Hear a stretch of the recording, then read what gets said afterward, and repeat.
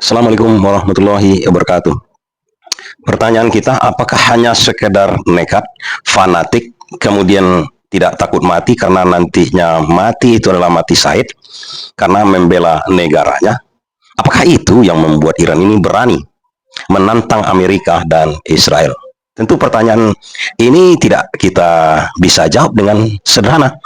Sebenarnya lebih daripada itu. Apakah hanya karena kecerdikan Iran saja atau kecerdasan Iran saja berani melawan Amerika, negara yang dikategorikan underdog? Tidak, kawan-kawan. Kalau Iran cerdas, dia tidak melawan Amerika seperti sekarang. Saya katakan seperti sekarang. Kalau dia kemarin itu setahun yang lalu diserang oleh Amerika, kemudian dia mau berdamai, itu adalah tindakan cerdas namanya. Tindakan cerdik. Untuk apa? Agar negaranya tidak hancur. Tapi sekarang kenapa demikian beraninya? Iran menyatakan, walaupun kiamat tinggal 1 hari lagi, perang ini akan kita lanjutkan. Artinya apa? Kalau di perang itu, berhentinya perang itu apa? Kalah salah satu kan? Dan yang akan dikalahkan Iran itu bukan satu, tapi dua. Israel dan Amerika.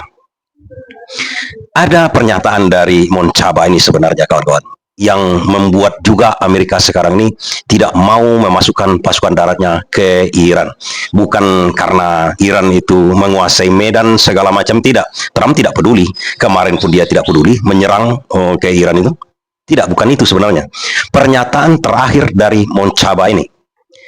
Ada jurnalis juga yang menanyakan bahwa setelah ayahnya meninggal, wafat, kan ada masa berkabung. Kemudian jurnalis ada yang mewawancarai dia. Kabarnya Trump akan memasukkan pasukan darat ke Iran. Karena setelah berhasil menjatuhkan keinginan Trump terakhir adalah kan menjatuhkan rezim ini. Menurut Trump ataupun Israel, dengan terbunuhnya Khamenei, Iran akan diambil alih oleh kelompok-kelompok yang sebelumnya demo pada waktu serangan Amerika yang pertama. Tapi dikatakan Khamenei, kalau memang pasukan darat, setelah Khomeini, Mochaba ini diangkat menjadi pengganti ayahnya, yang dipilih oleh 88 ayatullah di Iran. Artinya dia sudah resmi mengeluarkan pernyataannya sebagai supreme leadernya Iran. Yang dikatakannya begini, kawan-kawan, persisnya. Kalau kami diserang terus-menerus, katanya, bukan tidak mungkin kami akan meledakkan nuklir. Nah, ini pertanyaan ini membuat bulu roma orang berdiri. Kenapa begitu? Artinya ini memang Iran sudah mempunyai senjata nuklir. Senjata nuklir yang dipunyai Iran itu menurut para ahli, setelah terbunuhnya belasan ahli nuklir Iran itu ada sekitar beratnya itu sekitar 700 pon. Dan menurut para ahli ini bisa membuat kepala nuklir ratusan kali lipat dari bom atom yang ada di Nagasaki dan Hiroshima kemarin itu, 16 hulu ledak nuklir. Dan kabarnya, ini beritanya, ini sudah dihadapkan ke Israel dan ke Arab Saudi. Itu menurut data yang diterima. Arab Saudi dan Israel. Menurut informasi yang bergulir sekarang nih. Kenapa begitu? Katanya kan kemarin itu sudah dihabiskan oleh Amerika dengan pesawat bomber B-2-nya. Sama sekali tidak. Dan menurut data intelijen dari Amerika dan Mossad sendiri, sebelum Amerika membom dua tempat tersebut, bom itu sendiri ada pergerakan nampak oleh satelit dari daerah yang akan dibom oleh Amerika tersebut. Ini permainan mata-mata, permainan intelijen. Sebelum serangan itu bocor, kedua tempat tersebut sudah diungsikan bahan-bahannya. Mungkin alat-alat pendukungnya aja lagi yang di laboratorium yang ada 100 meter di bawah tanah. Kan Amerika sukses membom dua tempat. Katanya kan, itu pun tidak menjangkau ke bawahnya. Dan menurut data mata-mata, itu yang dua tempat itu pun sudah diungsikan oleh Iran. Dan untuk kita ketahui, Iran ini mempunyai pengalaman bahwa seluruh pasukan dan alat-alat senjatanya sekarang itu ditebar di seluruh Iran. Ini hanya dua tempat. Kalau ada 16 kepala nuklir yang ada di Iran sekarang itu, dua tempat pun dihancurkan, tidak ada masalah. Ada 14 lagi. Dan belum diketahui, yang 14 lagi, dua tadi kan sudah ke Israel dan ke Arab Saudi. Yang lainnya belum dikatakan di situ. Namun pernyataan dari Moncaba ini menjelaskan betul bahwa memang Iran sudah mempunyai senjata nuklir. Tapi kenapa Amerika demikian beraninya menyerang Iran? Balik. Kita nanti tinggalkan ini dulu. Keberanian dari Moncaba ini sekarang. Ada memang sejarahnya. Kita lihat dulu, Trump ini kan tidak logika menyerang Iran. Pertama-tama dia menghabiskan di 1 tahun yang lalu itu, dia ingin menghabiskan senjata pemusnah massal Iran, kan itu yang dikatakannya. Dia seranglah pertama-tama sekali. Tapi ini tidak berjalan sendiri sebenarnya. Sebelumnya mata-mata Mossad, mata-mata dari CIA, FBI sudah terjun di Iran itu. Bahkan televisi ataupun CCTV dari Iran itu sendiri sudah disadap oleh Mossad. Disadap Mossad, diketahuilah di mana ilmuwan-ilmuwan berada. Di Iran itu dikabarkan ilmuwan yang ngetopnya itu hanya puluhan orang. Artinya 20-30 orang. Tapi murid-muridnya kan sudah banyak. Kenapa mereka bisa banyak begitu? Sejak diembargo oleh Amerika 1979 dulu, yang dikelola, yang diinginkan, yang disupport habis-habisan oleh Khomeini pada waktu itu, Ayatollah Khomeini yang mendirikan Republik Islam Iran ini, satu, pendidikan.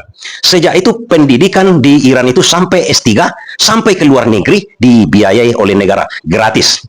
Itu Ayatollah Khomeini, itu ulama yang mendirikan Republik Iran itu. Itu pertama-tama yang dicanangkan dia. Jangan samakan dengan kita ya, saya tidak mau menyamakan dengan kita. Kabarnya dana pendidikan pun amburadul sekarang ini. Itu yang dipentingkannya sama Khomeini. Ini ada juga sejarahnya, ceritanya di pada waktu bom dijatuhkan di Hiroshima dan Nagasaki. Yang ditanyakan oleh Kaisar Hirohito-nya, data seluruh guru-guru yang ada di Jepang ini. Dan Jepang pun melaksanakan itu. Apa yang dilaksanakan oleh Jepang? Seluruh yang berpotensi di Jepang ini, mahasiswa ataupun pelajar-pelajarnya, data semuanya. Siapa yang mau kuliah dan sekolah ke luar negeri, disekolahkan kemana saja. Kalau luar negeri itu mau menerima mereka, disekolahkan gratis, biaya dari Jepang. Jepang kan habis kalah ini. Tapi itu yang pertama-tama. Dia data dulu guru-guru untuk mendidik generasi mudanya pada waktu itu. Kemudian generasi muda yang mau belajar sampai kemana saja, disekolahkan gratis. Apalagi di dalam negeri. Itu yang dilakukan oleh Khomeini kemarin. Makanya ahli nuklir seperti Jepang, ahli nuklir di Iran itu banyak, profesor banyak. Itu bukan satu gender. Banyak yang mengatakan bahwa negara Islam itu lebih mementingkan laki-laki. Tidak, di Iran tuh bukan seperti itu. Profesor-profesor, doktor-doktornya ahli nuklir itu laki-laki dan perempuan. Banyak, sudah ada regenerasi sampai sekarang ini. Jadi dibunuh pun yang belasan itu sudah diketahui. Balik kita cerita kita. Sudah diketahui oleh Mossad itu. Akhirnya kan bisa membunuh belasan itu. Kan tidak berhasil ini memusnahkan senjata pembunuh massalnya. Senjatanya tidak bisa dimusnahkan. Oke, kata Amerika. Belasan dari ilmuwan yang topnya seperti kita Habibie itu dibunuh. Artinya begini, walaupun ada senjatanya, yang nantinya yang akan mengusahakan senjata itu, ahlinya kan tidak ada lagi. Tapi ini lagi-lagi salah Amerika. Regenerasi dari ahli-ahli ini sudah ada. Sudah ada. Sama juga dengan kepemimpinan. Dan apa yang dilakukan Iran setelah itu? Dia tahu, dia sudah disadap, dia sudah dimata-matai, sudah sangat gampang sama dia. Setelah kejadian tersebut, apa yang dilakukan oleh Khomeini kan masih hidup itu. Dia data semuanya. Itu ada sekitar, kalau tidak salah data yang ada itu puluhan ribu mata-mata yang tersebar. Itu orang Iran, antek-antek asing seperti kita ini, yang dikatakan oleh Prabowo. Itu didata, diambil, ditangkap. Kalau sudah mengkhianati negara di situ, sama juga dengan mengkhianati Tuhan. Melawan rezim, mengkhianati rezim. Kan sebenarnya Amerika kan mengirim orang-orangnya untuk persuasi, memprovokasi agar menjatuhkan rezim. Kan ada orang-orang Iran ini, boneka-boneka dia di situ yang didoktrin oleh Mossad. Itulah kemarin yang kemudian didata oleh Khomeini. Kalau sudah berkhianat kepada Tuhan, melawan rezim, artinya berkhianat kepada Tuhan, kafir, hukumannya sederhana, mati. Puluhan ribu kemarin itu sudah dimusnahkan oleh Khomeini. Dan kemudian kalau Khomeini ini dibunuh, itu mungkin ada efek dari situ. Agen-agen Mossad masih menguasai jaringan-jaringan. Kan ini sudah didata oleh Iran ini. Sudah ada sebagian yang sudah terdeteksi. Jaringan-jaringan CCTV itu sudah mereka kuasai kembali. Tapi tetap ada yang bisa memantau itu. Di mana Khomeini, di mana anaknya, di mana panglimanya, di mana petinggi-petingginya sudah diketahui juga. Ilmuwannya sudah dihabisi. Jalan satu-satunya untuk meruntuhkan rezim, menukar rezim, karena senjatanya masih ada, ilmuannya masih ada, satu-satunya adalah dengan cara mengganti rezim. Dan menurut persepsi dari Barat, mengganti rezim itu adalah dengan membunuh pemimpinnya. Rupanya ini tidak terjadi. Ulama yang 88 orang ini mengetahui, dan di situ diketahui, di Iran itu tersendiri juga diketahui, Monchaba ini berbeda dengan Khomeini. Berbedanya kenapa? Monchaba ini, kalau Khomeini ini, ayahnya itu, dia sebenarnya anti senjata nuklir. Yang membuat senjata nuklir itu bisa dibuat kemarin itu di uranium itu diperkaya itu karena Monchaba ini dipercayakan oleh ayahnya untuk mengurus senjata itu. Tujuannya betul-betul kalau Khomeini menekankan untuk energi. Tapi Monchaba ini berbeda, dia melihat hal itu. Udah diketahui juga oleh publik Iran bahwa antara ayah dengan anaknya ini berbeda persepsinya tentang uranium ini, tentang senjata ini. Dan apa yang terjadi begitu Khomeini meninggal? Pemilihan di Iran itu berbeda dengan pemilihan-pemilihan yang lain. Kalaulah publik Iran tidak menginginkan senjata itu ada, atau sesuai dengan keinginan Khomeini, tentu saja publik Iran tidak akan memilih anaknya yang memang ingin membuat senjata nuklir. Tapi rupanya ulama yang 88 orang itu menginginkan, hanya Khomeini yang tidak menginginkan ada senjata pemusnah massal di Iran. Kesalahan dari Trump ini, ada seseorang yang selama ini berpuluh tahun menghalangi pembuatan senjata nuklir di Iran, dibunuhnya. Tinggallah 88 ulama ini yang bersikeras untuk membuat senjata nuklir. Dan sudah ada memang, hanya ada satu penghalang, Khomeini. Kebetulan penghalang ini dibunuh oleh Trump. Apa yang terjadi sekarang di Iran itu? Yang terjadi itu perkembangan senjata itu ditambah-tambah lagi. Dan jangan-jangan sekarang kemarin-kemarin itu sudah dikatakan oleh Menteri Pertahanannya Iran ini kan sudah meninggal, ada digantikan yang baru. Mengatakan bahwasanya rudal-rudal kami jaraknya cuma 2.500 km daya jelajahnya, yang bisa menjangkau Israel, kemudian menjangkau Arab, menjangkau negara-negara di Timur Tengah.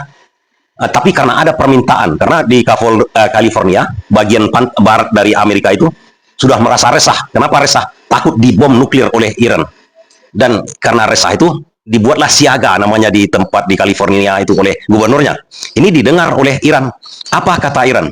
Kami sangat menghargai permintaan dari California. Karena memang sebelum-sebelumnya belum terjangkau California oleh kami, oleh rudal kami. Jadi rudal itu kawan-kawan itu berbeda dengan kepala nuklir. Rudal itu kalau artinya kepala nuklir ini bisa diletakkan di mana saja, di drone kah, di rudal kah, atau di mana yang bisa di pembawanya, begitu kan? Nah, kami sekarang sedang mengembangkan untuk menghargai permintaan dari warga California. Kami usahakan ada rudal yang bisa menjangkau kawan-kawan kita di sana, katanya. Artinya apa? Jangan-jangan sekarang mereka sudah mengarahkan rudal yang mampu menjangkau Amerika. Jadi, sekarang ini kan kita nampak di Timur Tengah itu, pasukan Amerika yang ada sekarang itu sudah 52.000 jumlahnya. Kemarin Trump menambah 2.500 ke daerah Timur Tengah dari kapal induk yang selama ini ada di Jepang. Itu kapal induk Amerika itu kan rata-rata berisi personilnya 4.000 sampai 4.500 marinir itu. Itu sudah ditambahkan katanya pertama-tama untuk membebaskan Selat Hormuz. Selat Hormuz sudah dibebaskan oleh Iran kan, kecuali kapal-kapal Amerika dan Israel. Tidak ada masalah lagi sekarang. Makanya pas NATO, sekutu-sekutu Amerika, NATO, Jerman, dan segala macamnya sudah dibebaskan oleh Iran. Kapal-kapal tankernya keluar dari situ. Ya bayar pakai yuan kan, begitu katanya. Jadi tidak mau orang itu. Apa kepentingan mereka untuk membebaskan Selat Hormuz sesuai dengan permintaan Trump sekarang ini kan? Tidak ada kepentingan mereka lagi. Soalnya kapal-kapal mereka sudah bisa lewat.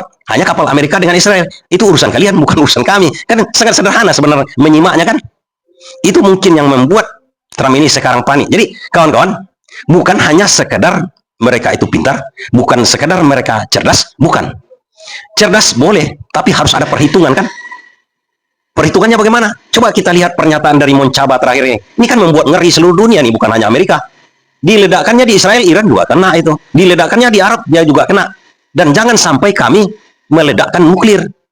Itu katanya. Dan sekarang mungkin saja negara-negara lain sudah menghidupkan namanya protokol nuklir sekarang ini. Apa protokol nuklir itu? Ada protokol yang harus ditepati atau di prosedur-prosedurnya. Seperti dalam film-film kita lihat, misalnya ada kuncinya dipegang oleh si anu, kunci ini pegang si anu, kemudian ada pintunya lagi, ada kopernya lagi, kemudian seperti dia blockchain lah begitu kan. Jadi harus ada beberapa orang yang menekan tombol bersamaan untuk meluncurkan rudal berkepala nuklir. Karena itu kepala nuklir itu meledak pun di udara.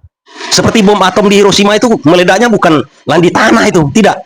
Itu meledaknya hanya di udara saja sebenarnya. Itu menurut para ahli bukan di tanah meledaknya, di udara saja. Ada berapa meter begitu di udara, akibatnya seperti itu. Dan nuklir ini Iron Dome misalnya dari Israel, tidak ada guna lagi. Meledak pun 1 kilometer di atas itu, radiasinya sudah ada di kota itu, hujan nuklir di situ. Kenapa begitu? Kawan-kawan mungkin tahu sedikit mengenai teknik. Nuklir itu berbeda dengan petasan, dengan dinamit, dengan ledakan-ledakan biasa, rudal-rudal biasa begitu kan. Nuklir itu keistimewaannya dan juga keburukannya. Keistimewaan kenapa? Dia untuk tenaga itu sungguh luar biasa. Dia berantai terus. Artinya reaksi kimia dari nuklir itu sendiri, uranium itu sendiri, tak bisa dihentikan sama sekali.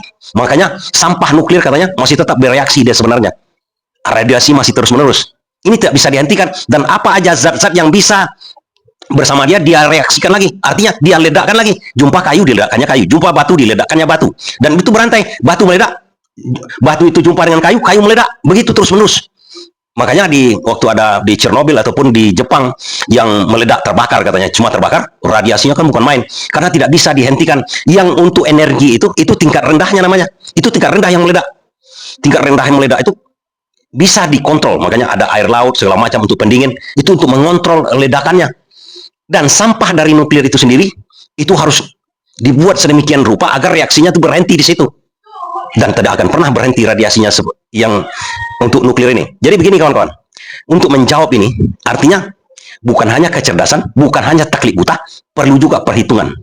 Perhitungan yang dalam arti kata, bukan notabene, artinya kecerdasan itu bukan hanya taklid, fanatik, buta, atau berani-berani begitunya. Ada perhitungan di balik itu.